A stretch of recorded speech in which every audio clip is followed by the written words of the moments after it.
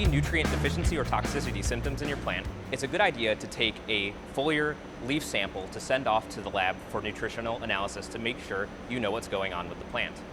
So today we're going to take some most recently matured leaves off these plants to send in for nutrient analysis. You can see here that we have a plant that is showing symptoms and a plant that is not symptomatic. It's good to take leaves from both plants to be able to compare the nutrient levels in these two plants. The most recently matured leaves are the leaves that are highest on the plant that have fully opened and expanded. So there may be a couple of smaller leaves that are higher up on the plant, and those are not the leaves that we want to send. Generally, these are going to be the leaves that are fully matured and expanded. When taking a most recently matured leaf, you want to take the entire leaf and petiole, like you see here.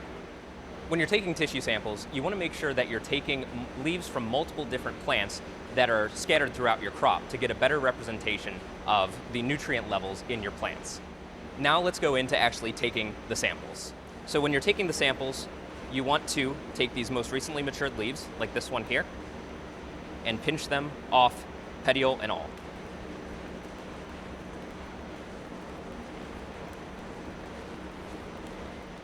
Once you have a decent sized wad of leaves, about this size here, for a geranium it may be about 20 leaves, but depending on the crop you may need more or less leaves. Once you have this nice wad of leaves, stick it in a brown paper bag. You want to make sure that you use an unlined paper bag to keep the leaves from getting wet and from molding. If you need to hold your leaves before sending them, try to keep them in a cool and dry location until they can be sent out, but try to send them out as quickly as possible. It's also a good idea to contact your local lab to ensure that they don't have additional requirements when submitting a tissue sample for nutrient analysis.